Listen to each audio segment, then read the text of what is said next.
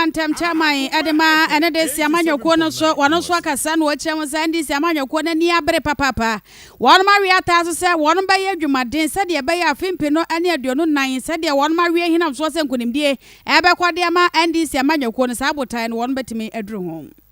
2024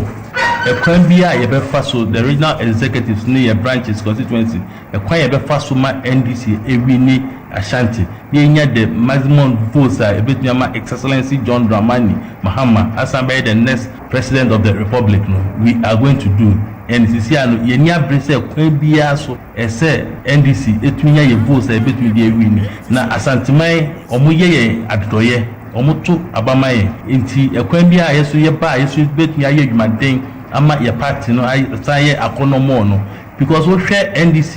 ye wo abamu na indwuma pa ye ma asante no MPP entumi ye mufa ye kase indwuma ye pe projects a ubodin a otun say yes projects ni wo hwe kegetia wo hwe ye kan sen afari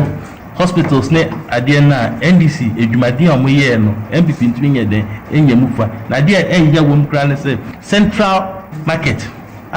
omo ye kra na to now omo jai nti kwan bia so a ye be ye edwumaden ma NDC asaba no we are going to do that na aba next year ye beto no ye ni be ebeda wo ye pa se na be ya ebetumi ewini Ashanti minia onim se eha no wutumi tra 30 year you are winning kwan bia so you are going to do more than that na me executives me branch executives eni ebra abre no we are going to do more and I can assure Ashanti and this for say MPs no ye be say den enye bi aka ho Nana Akwasi A Sante mantam chamai adema NDC amanyoko Bishop for ye be free hona